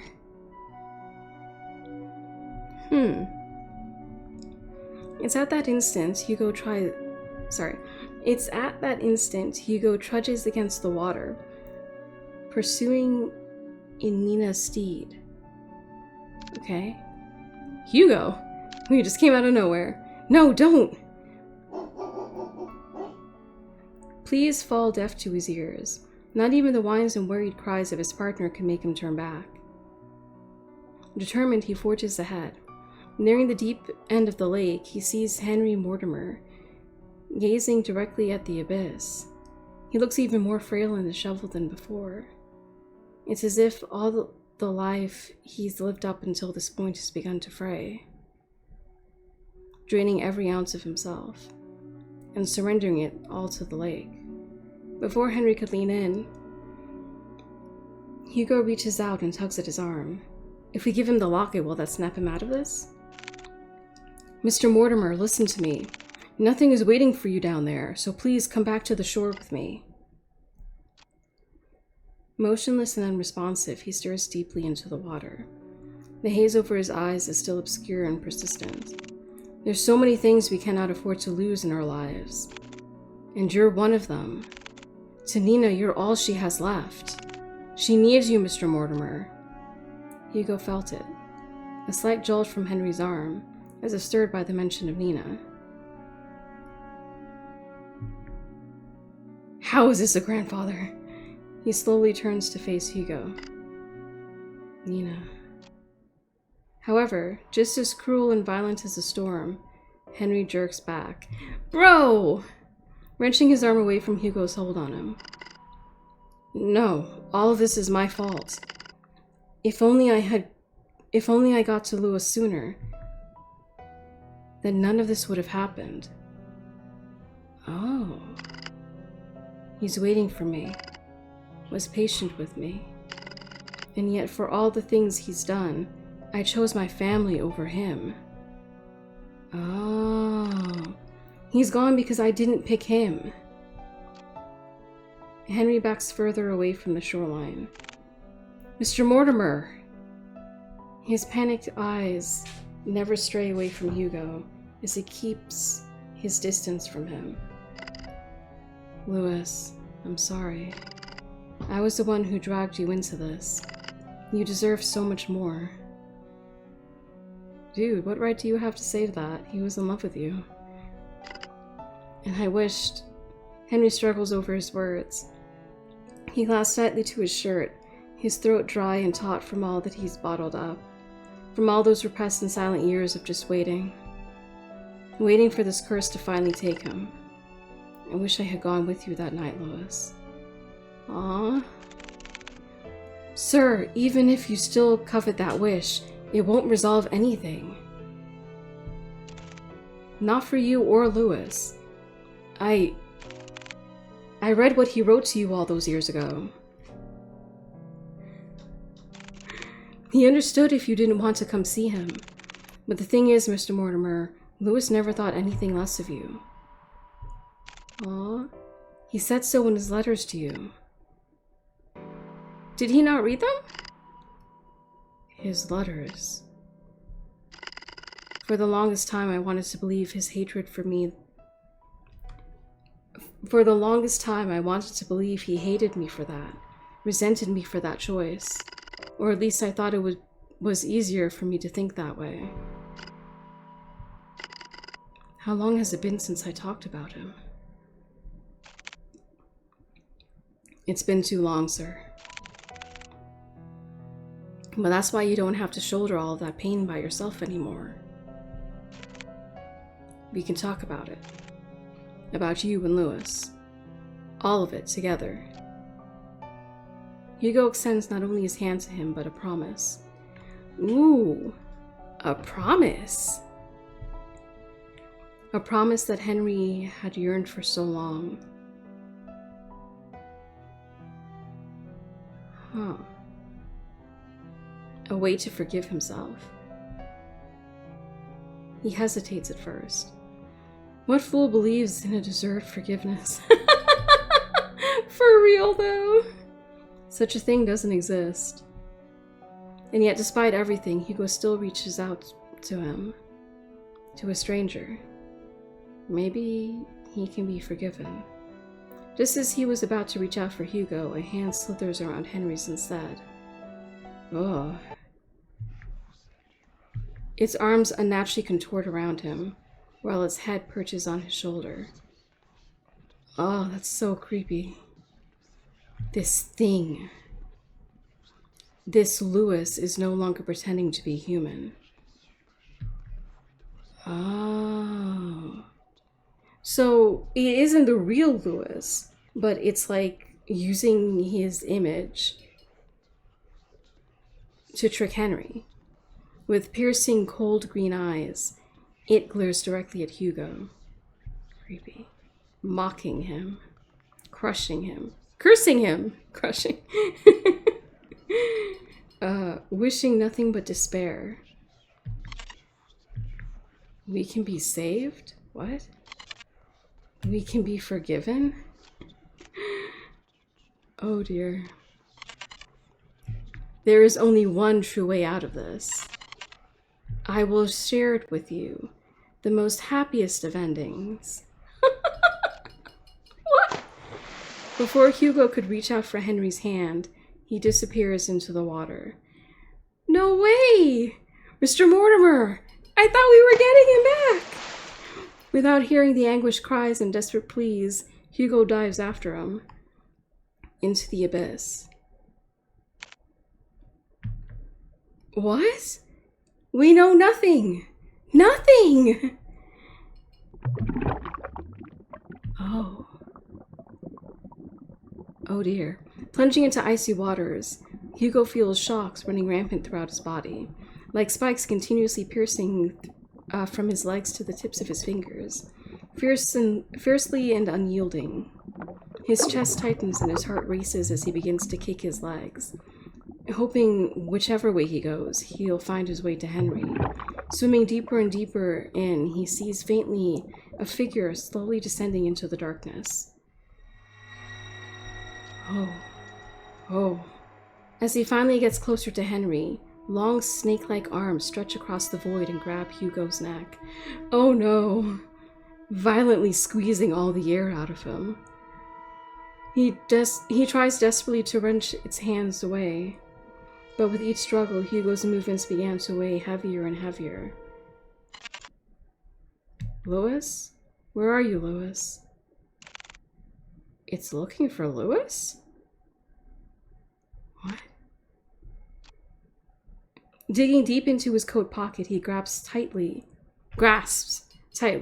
in his hand the locket that Henry kept and had long forgotten. Yes, the locket! Holding it out as it shines ever so brightly in the dark. ...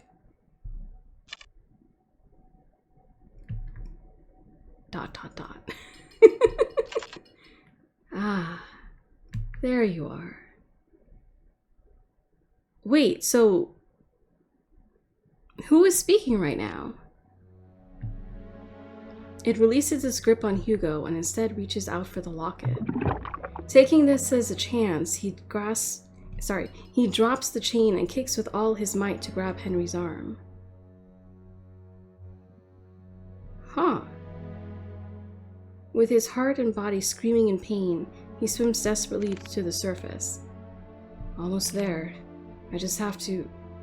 As the lights from the surface begin to blur, Hugo makes one last attempt to reach for it. With his limbs worn out and his energy spent, this is all he can do.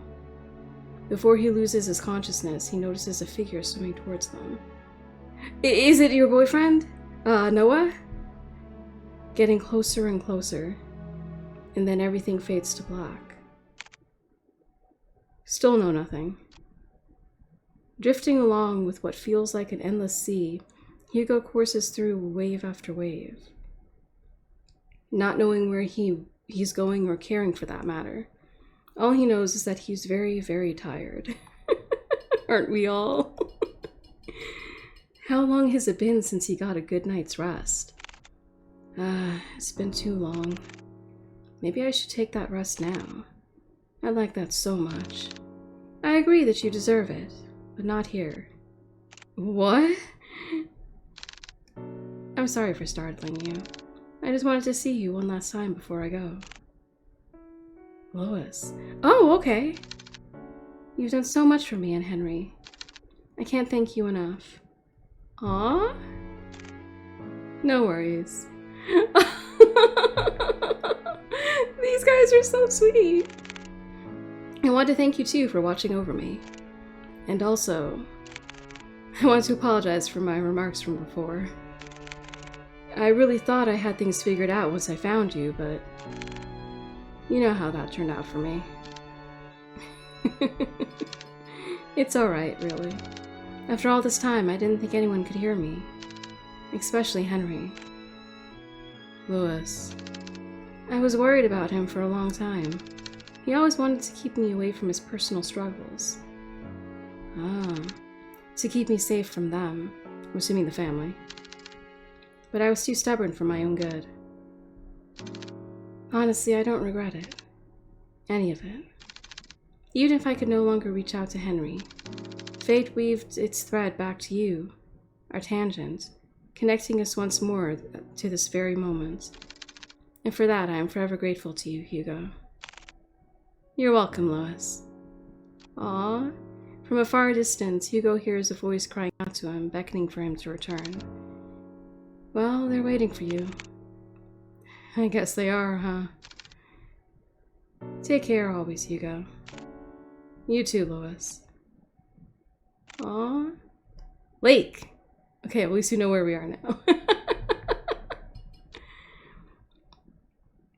With his eyes closed and his sense still returning, he feels the constant tugs and licks of a certain bloodhound. Aww. Whining as he tries to wake up his partner. Hugo! He also hears another familiar voice, too annoyingly close for comfort. Oh, come on, you're happy about it. Eyes shot right open, he jerks up. Confused, Hugo looks around before he coughs up the remaining water in his lungs. Are you alright? Noah starts to pat his back while Kobe continues to whine over Hugo. What happened? Where's Mr. Mortimer? He's safe, so is Nina. They're both okay. The police and the ambulance should be arriving soon. Oh, thank goodness. Is there more you have to say to me? Instead of thank goodness? I swear you don't listen to a damn word I say.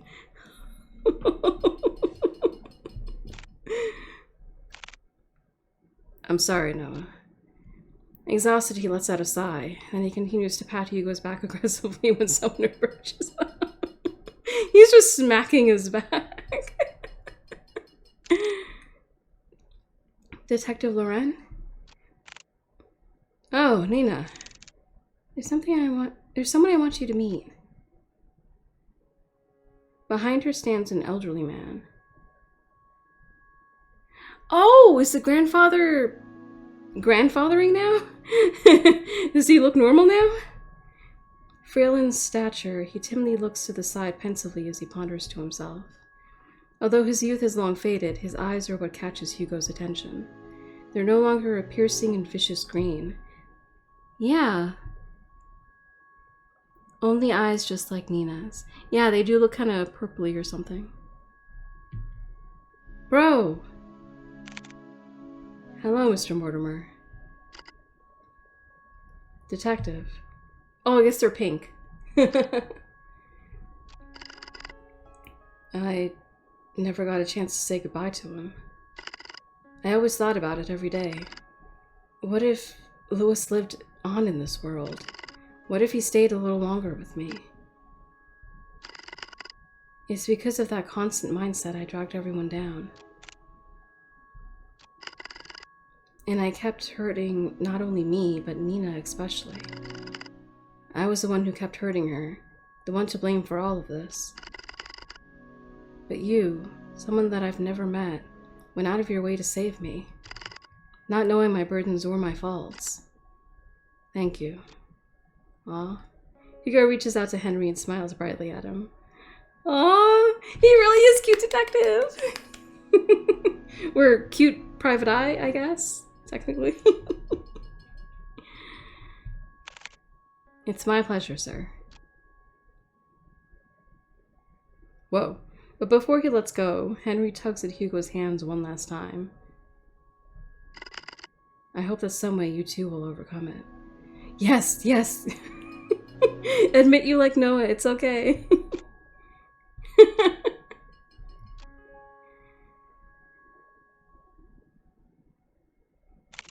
The next day, 8 a.m. Oh. Well, good morning, Hugo. You're bright and early. Morning. With much fervor and haste, Hugo resumes writing on his notepad. Although by closer inspection, he looks like he's going to combust any moment. Are you writing up the report? Without looking up, Hugo responds back. Yeah, for the most part. You still need to write yours too. I will. But since I haven't had breakfast yet, and I don't like eating by myself. It's the same one. Let me guess. 2 is better than 1. Bingo! Wow, Hugo, you're really catching on. I'm so proud of you. Ah, shut it, will you? I swear. If only I hadn't fallen off from that goddamn window, maybe my report would have been shorter. Before Noah could begin to cut the bacon, he pauses at the mention of Hugo's report. Oh, yeah, by the way. Mind telling me what happened to the Mortimer's window?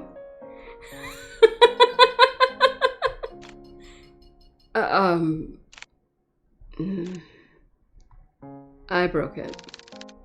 Well, that's obvious to me. What I don't understand is, why is it broken? Do you know how much it costs to repair a window like that? I know, it was really dumb of me. I'm sorry. He kinda couldn't get out of the room otherwise. I mean, I guess he could have broken down the door. Besides, I told Mr. Mortimer about it before we left. Honestly, I was expecting an earful from him. And also the bill. But he just laughed it off. And, surprisingly enough, he said it was okay. Lucky us, right? So what? You just called it a day off? You just called it a day after all that? Thank you so much, Mr. Mortimer. You broke it, you pay for it. Would you chill? Of course I'll pay for it. But each time I kept insisting, he just shrugged it off. Said that we already went through a lot for them, so this was nothing in comparison.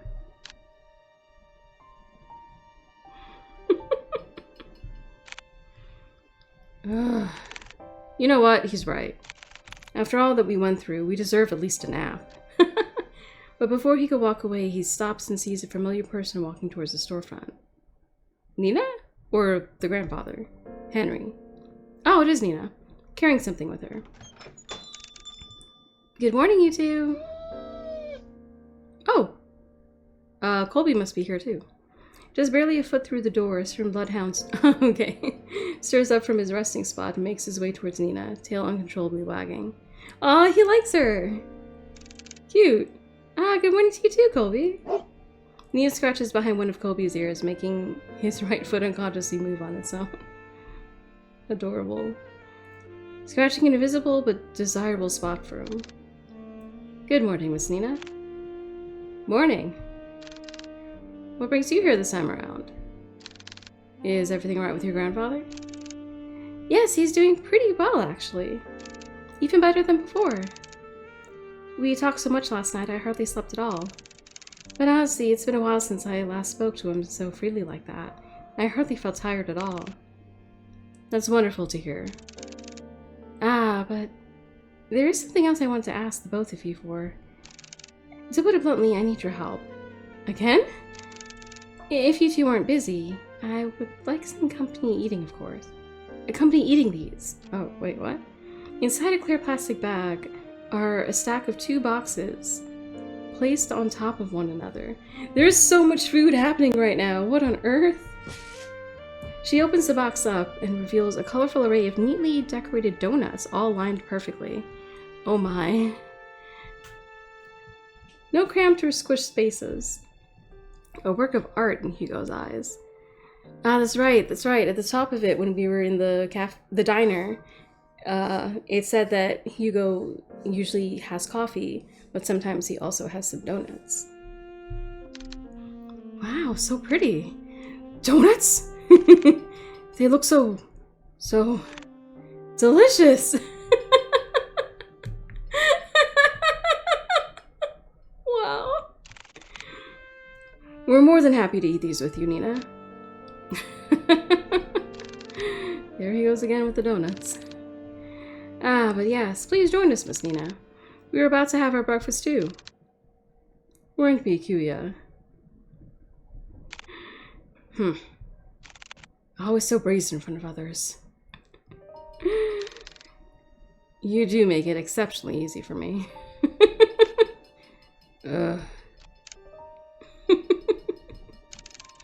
You both have such great chemistry with each other. Oh my gosh, she ships them! She totally ships them!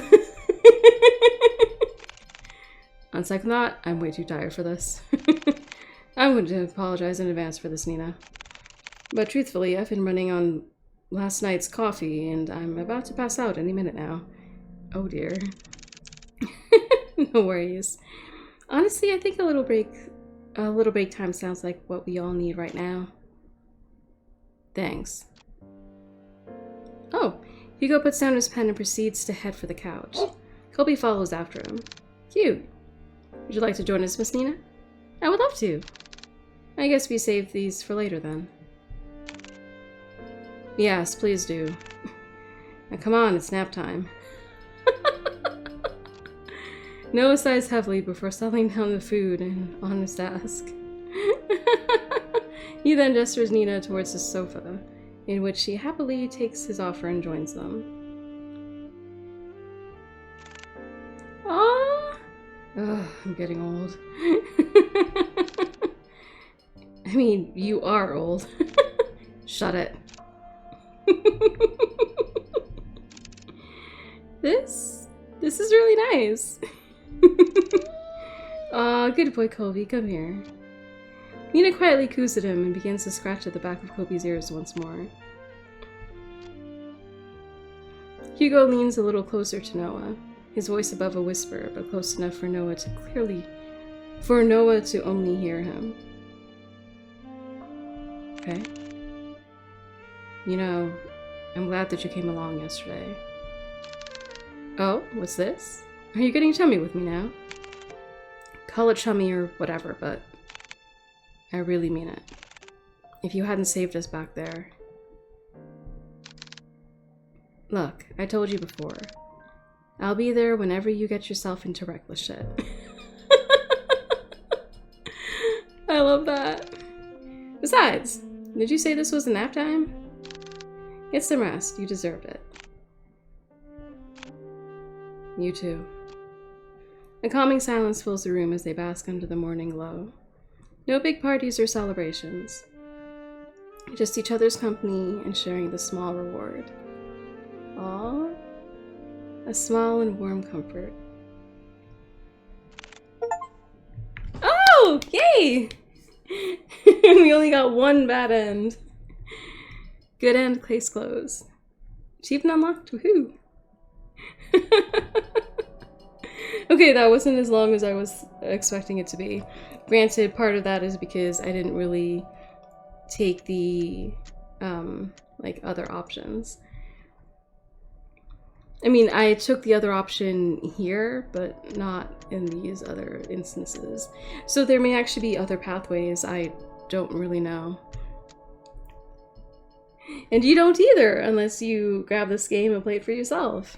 And pick the other options. This game is free to play on Steam, so highly recommend.